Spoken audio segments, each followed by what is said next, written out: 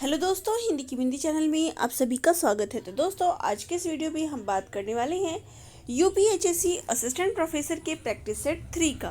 तो यहाँ मैं आप सभी को प्रैक्टिस सेट करवा रही हूँ। तो यहाँ पर आज हम इसका तीसरा प्रैक्टिस टेस्ट करने वाले हैं। तो जैसे कि परीक्षा के लिए आप सभी को एडमिट कार्ड भी मिल चुके हैं। दिन बहुत कम रह गया है, यानी 2 से 3 दिन का अब आपके पास समय है जिसमें आपको अपनी तैयारी करनी है। तो चलिए, जो भी हो सकेगा मैं आपके साथ करवाने का प्रयास करूंगी।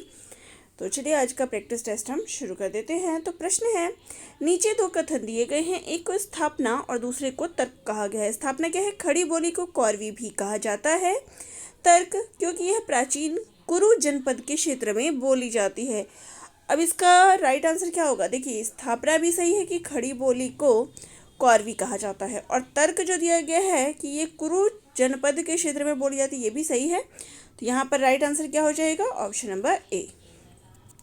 चलिए, नेक्स्ट क्वेश्चन पे आते हैं। तो नेक्स्ट हमारा क्वेश्चन है जो कि बोलियों को उनके क्षेत्रों से मिलान करना है। बुंदेली, फैजाबाद, अवधी, झांसी, ब्रज, देहरादून, कौरवी, मथुरा। तो इसका राइट क्या होगा? तो देखिए, बुंदेली जो है ये कहाँ बोली जाती है? ये झांसी में बोली जाती है। अवधी, अवधी कहाँ बोली जाती है? तो फैजाबाद। ब्रज कहाँ बोला जाता है? तो भाई मथुरा। और कौरवी जो है ये देहरादून। तो यहाँ पर जो हमारा राइट आंसर हो जाएगा वो हो जाएगा ऑप्शन नंबर ए। ठीक है, चलिए नेक्स्ट क्वेश्चन पे आते हैं। तो प्रश्न है, किस विद्वान ने अवहट को अपभ्रंश का अपभ्रंश कहा है? तो जैसे कि आपने कहा था, ऑप्शन ना पढ़ा जाए, केवल आंसर आपको बताया जाए, तो आंसर ही बताएंगे यहाँ पे।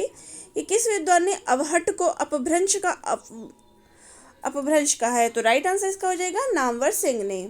नेक्स्ट है, लिपि सुधार समिति 1947 के अध्यक्ष कौन थे? तो राइट आंसर क्या हो जाएगा यहाँ पे? लिपि सुधार समिति के अध्यक्ष कौन थे? तो आचार्य नरेंद्र देव। नेक्स्ट है, यूनिकोड का UTF-16 एनकोडिंग कितने बिट का प्रयोग करता है?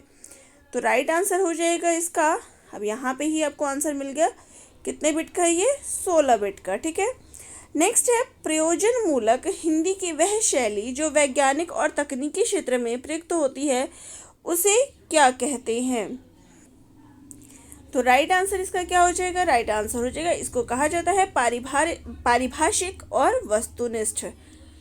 नेक्स्ट हमारा क्वेश्चन है, राजभाषा नियम 1976 के अनुसार ख क्षेत्र में कौन सा राज्य शामिल है? तो राइट आंसर इसका क्या हो जाएगा? राइट आंसर हो जाएगा, ख क्षेत्र में कौन से आते हैं? तो वो आता है पंजाब। ठीक है। तो यहाँ पर अगर मुख्य क्षेत्रों की बात करें तो ख क्षेत्र में आने वाले होते हैं वो है गुजरात, महाराष्ट्र, और तीसरा जो होता है वो होता है पंजाब। ठीक है, ये मुख्य जो है इसमें आते हैं ख क्षेत्र के अंतर्गत। तो इसमें क्या होता है कि जो पत्राचार का जो व्यवहार होता है ये हिंदी या अंग्रेजी में किया जाता है। ठीक है, चलिए नेक्स्ट क्वेश्चन पे आते हैं। तो नेक्स्ट यहाँ पर आपको मिलान कर इतिहास ग्रंथों को उनके कालक्रम अनुसार यहाँ पर क्रम से लगाना है। ठीक है, तो यहाँ पर देखिए ऑप्शन में राइट क्या होगा? सबसे पहले जो पुस्तक थी वो कौन सी थी? राइट आंसर देखिए यहाँ पे ऑप्शन नंबर ए जो है यहाँ पे राइट हो जाएगा। सबसे पहले स्तवार्थ लाल लिटरेचर, और फिर शिव सिंह सरोज, फिर मॉडर्न वर्नाकुलर, फिर मिश्र बंधु विरोध। ठीक है, ये इसका क्रम हो गया। चलिए नेक्स्ट क्वेश्चन पे आते हैं। स्थापना, भक्ति आंदोलन भारतीय चिंताधारा का स्वाभाविक विकास है। तर्क है, हजारी प्रसाद द्विवेदी के अनुसार यह केवल पराजित हिंदू जाति की मानसिक निराशा का परिणाम है। तो राइट आंसर क्या हो जाएगा कि जो ऑप्शन है वो तो मतलब जो स्थापना है कि भक्ति आंदोलन भारतीय चिंताधारा का स्वाभाविक विकास है, ये क्या है? सही है।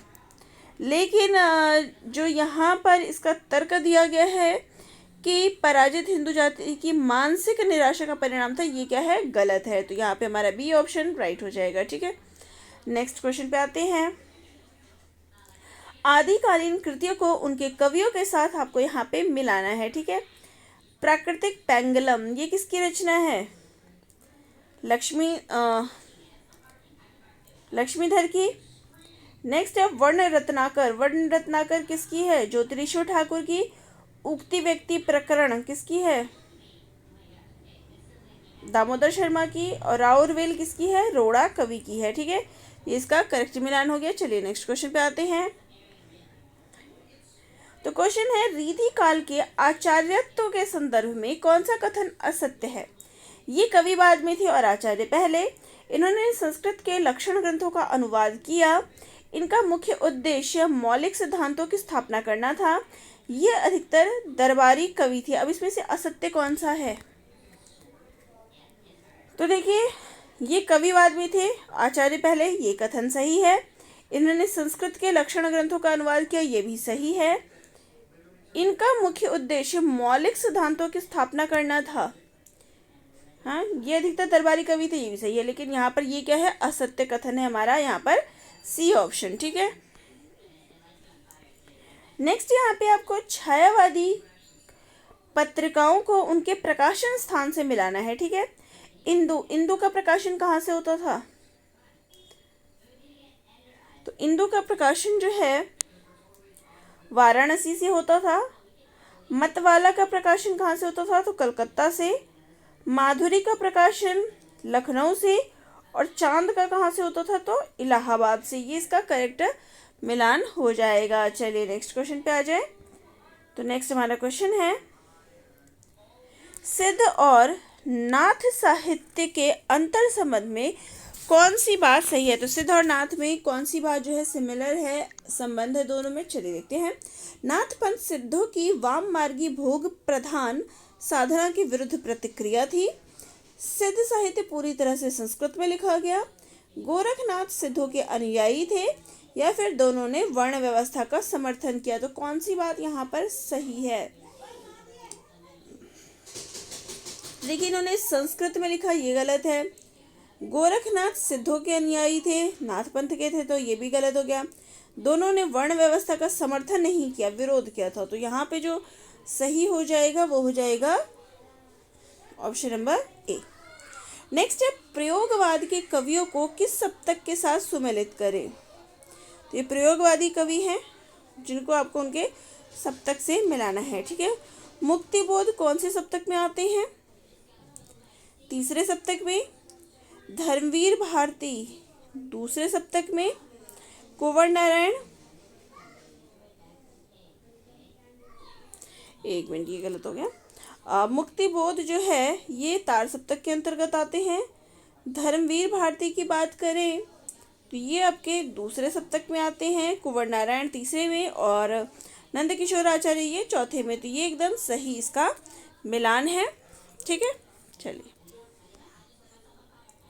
नेक्स्ट है, रस के अवयवों का सही मिलान करें। तो क्वेश्चन है विभाव। तो विभाव तो क्या होता है? रस की उत्पत्ति के कारण। ठीक है, अनुभाव। तो अनुभाव क्या होता है? भावों की बाहरी चेष्टाएं। स्थायी भाव। स्थायी भाव क्या हो जाएगा? स्थायी कहाँ होगा? हृदय में स्थित होगा, स्थायी से स्थित। और संचारी भाव क्षणिक मानसिक विकार। ठीक है, तो ये इसका करेक्ट मिलान हो गया। ऑप्शन नंबर ए जो है यहाँ पे राइट हो जाएगा। चलिए नेक्स्ट है, स्थापना। अरस्तु के अनुसार त्रासदी का उद्देश्य विरेचन है। तर्क है, विरेचन से तात्पर्य करुणा और भय के माध्यम से मन की शांति और शुद्धि है। तो राइट आंसर क्या है? यहाँ पे दोनों ही, स्थापना और तर्क दोनों ही क्या है? सही है। ऑप्शन नंबर ए यहाँ पे राइट हो जाएगा। नेक्स्ट है, क्रोची की अभिव्यंजनावाद की तुलना किस भारतीय सिद्धांत से की जाती है? रस सिद्धांत, वक्रोक्ति सिद्धांत, ध्वनि सिद्धांत या फिर रीति सिद्धांत? तो राइट आंसर है वक्रोक्ति सिद्धांत से। नेक्स्ट है, इन आलोचनात्मक ग्रंथों को उनके लेखकों के साथ सुमेलित करें। ठीक है, रस मीमांसा किसकी है? एक मिनट, रस मीमांसा किसकी है? शुक्ल जी की। रस सिद्धांत डॉक्टर नगेंद्र की। दूसरी परंपरा की खोज नामवर सिंह की। और हिंदी साहित्य की भूमिका हजारी प्रसाद द्विवेदी जी की। तो ये इसका करेक्ट मिलान हो गया। नेक्स्ट हमारा क्वेश्चन है, अलंकारों का वर्गीकरण शब्दालंकार और अर्थालंकार के रूप में सबसे पहले किसने किया? तो ये सबसे पहले किसने किया था? तो ये रुद्रट ने सबसे पहले किया था। ठीक है, नेक्स्ट हमारा क्वेश्चन है, नई समीक्षा के प्रमुख स्तंभों में कौन शामिल नहीं है? तो नई समीक्षा में कौन नहीं आते हैं? तो यहाँ पे ये देखिए, कार्ल मार्क्स जो है इसके अंतर्गत नहीं है, शामिल है। आई.ए. Richards, T.S.. इलियट और जॉन क्रो रेनसम, ये तीनों जो है नई समीक्षा में आते हैं। नेक्स्ट है, सादृश्य मूलक अलंकार कौन सा है? यमक, श्लेष, उपमा या फिर अनुप्रास? तो राइट आंसर क्या हो जाएगा? सादृश्य मूलक में क्या आता है? उपमा अलंकार आते हैं। ठीक है। नेक्स्ट है, कामायनी के सर्गों का सही कालक्रम क्या है? तो इसमें देखिए, तो सबसे पहले चिंता, आशा, श्रद्धा, काम, वासना, ऐसे होता है ना, तो ये ऑप्शन नंबर ए जो है राइट है। चलिए नेक्स्ट क्वेश्चन पे आते हैं। तुलसीदास की इन रचनाओं में उनकी भाषा के साथ सुमेलित करना है। विनय पत्रिका की भाषा क्या है? ब्रज भाषा है। कवितावली ब्रज भाषा में है। रामचरितमानस अवधि में है और जानकी मंगल भी अवधि में है। ठीक है। नेक्स्ट है, भ्रमर गीत प्रसंग में गोपियों ने मधुकर शब्द का प्रयोग किसके लिए किया है? राइट आंसर क्या हो जाएगा? उद्धव के लिए। नेक्स्ट है यहाँ पर स्थापना और तर्क वाला क्वेश्चन है। तो स्थापना है, निराला की राम की शक्ति पूजा एक लघु महाकाव्य है। तर्क है, इसमें राम के अंतर्द्वंद और रावण पर विजय का चित्रण पौराणिक परिवेश में आधुनिक मनुष्य के संघर्ष को दिखाता है। तो यहाँ पर क्या है? ये भी सही है, स्थापना भी सही है और तर्क भी इसके पीछे सही है। तो राइट आंसर हो जाएगा ऑप्शन नंबर ए। नेक्स्ट है, कबीर की, अब यहाँ पे सारे बोलेंगे कि आपने ए ही आंसर टिक कर दिया है मोस्टली। तो देखिए यहाँ पे आप प्रश्नों को देखिए, ऑप्शन पे मत जाइए कि मैंने बार बार ए को ही टिक किया है। ये बहुत ही आपके लिए जो प्रश्न तैयार हो रहे हैं, इतनी जल्दीबाजी में प्रश्नों को मैं आप सभी के लिए लेके आ रही हूँ टाइम निकाल के, कि ज़्यादा से ज़्यादा आपको अच्छे प्रश्न यहाँ पर दे सके।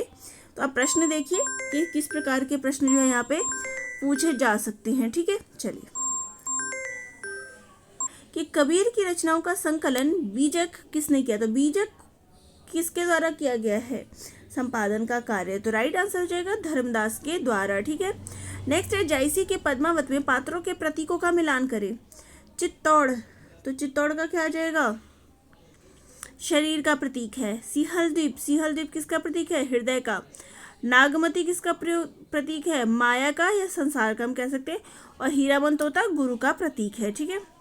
नेक्स्ट है, दीपशिखा काव्य संग्रह की कवित्री कौन है? तो दीपशिखा किसका काव्य संग्रह है? तो राइट आंसर है महादेवी वर्मा का। नेक्स्ट है, प्रेमचंद के उपन्यासों को उनके प्रकाशन वर्ष के अनुसार सही अनुक्रम क्या है? तो देखिए, सबसे पहले सेवा सदन है, फिर रंगभूमि है, फिर गबन है और फिर गोदान है। तो राइट आंसर है ऑप्शन नंबर ए। नेक्स्ट है, राग दरबारी के पात्रों का मिलान करें। वैद्य जी किस प्रकार के थे? राजनीति का दांवपेच, सही है। रंगनाथ आदर्शवादी, शहर का शिक्षित युवा, ये भी सही है। खन्ना मास्टर भ्रष्ट शिक्षा व्यवस्था के शिकार, तो ये भी सही है। रुप्पन बाबू नेतागिरी करने वाले युवा, तो ये भी सही है। तो ऑप्शन नंबर ए यहाँ पे राइट हो जाएगा। ठीक है। चलिए नेक्स्ट है, उसने कहा था कहानी के संदर्भ में कौन सा कथन सत्य है?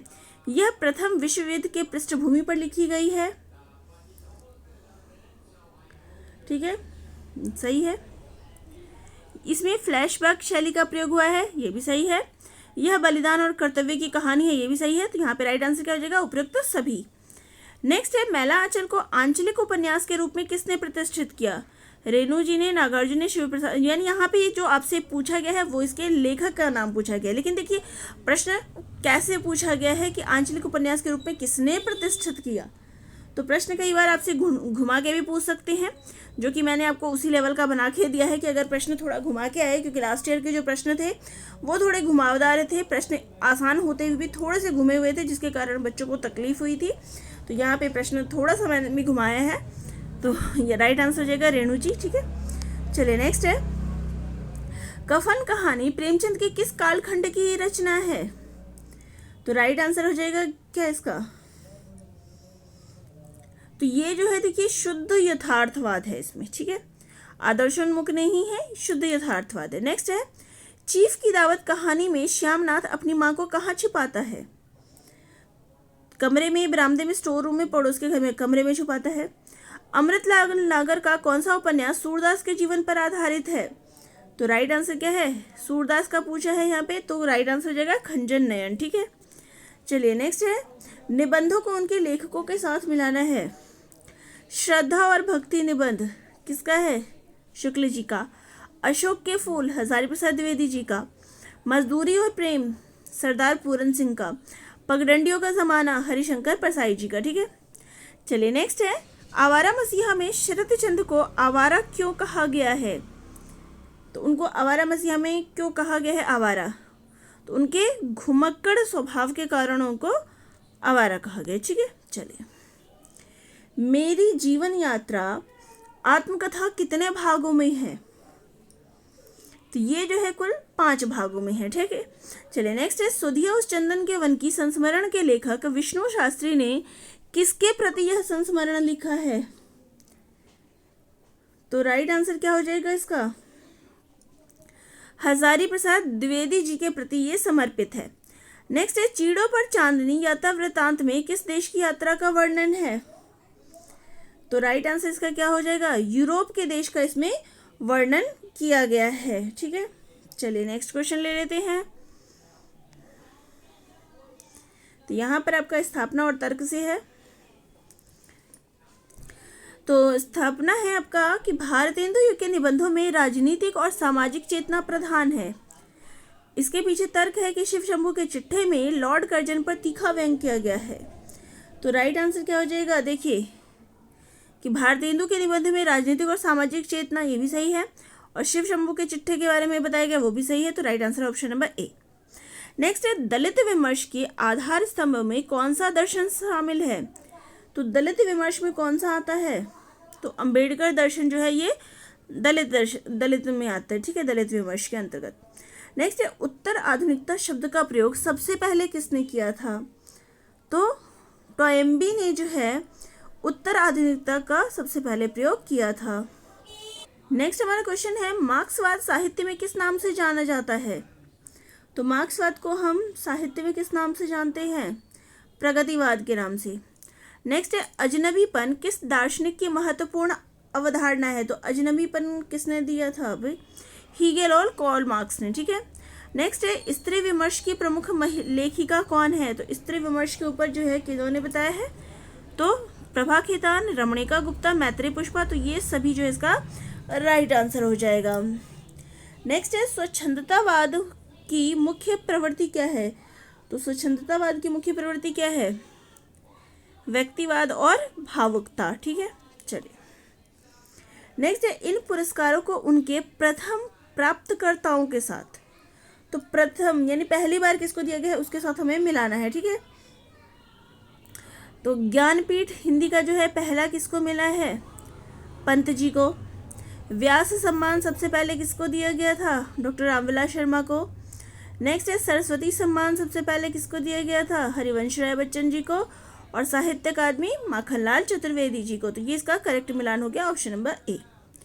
नेक्स्ट है, सरस्वती पत्रिका के संपादक के रूप में महावीर प्रसाद द्विवेदी का कार्यकाल क्या था? तो महावीर प्रसाद द्विवेदी ने इसको कब से कब तक संभाला था? तो 1903 में इसको उन्होंने संभाला था इसका कार्यभार, तो 1903 से 1920 तक।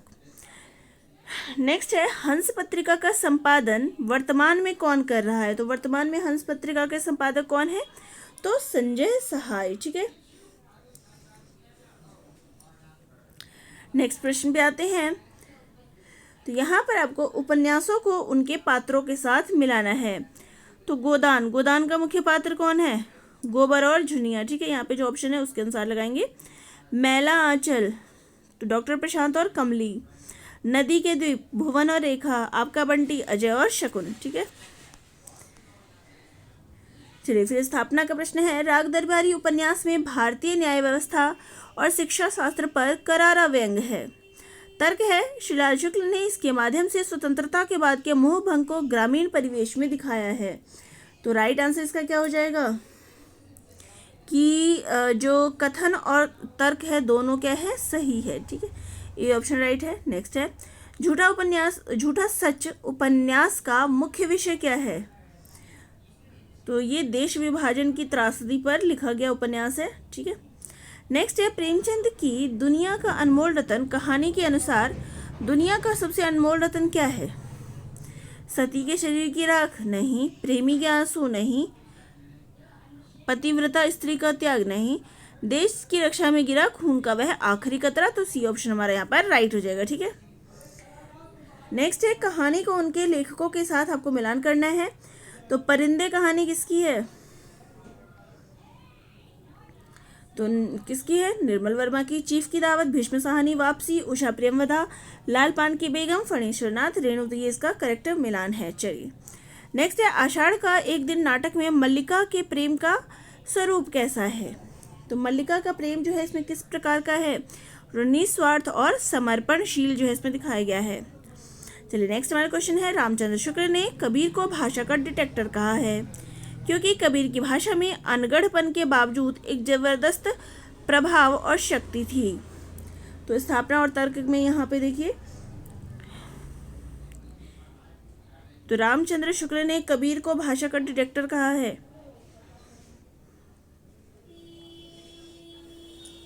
शुक्ल ने कबीर को भाषा का डिटेक्टर कहा, तो ये क्या है? गलत है, क्योंकि जो शुक्ल जी हैं उन्होंने क्या कहा था? सदुक्कड़ी भाषा।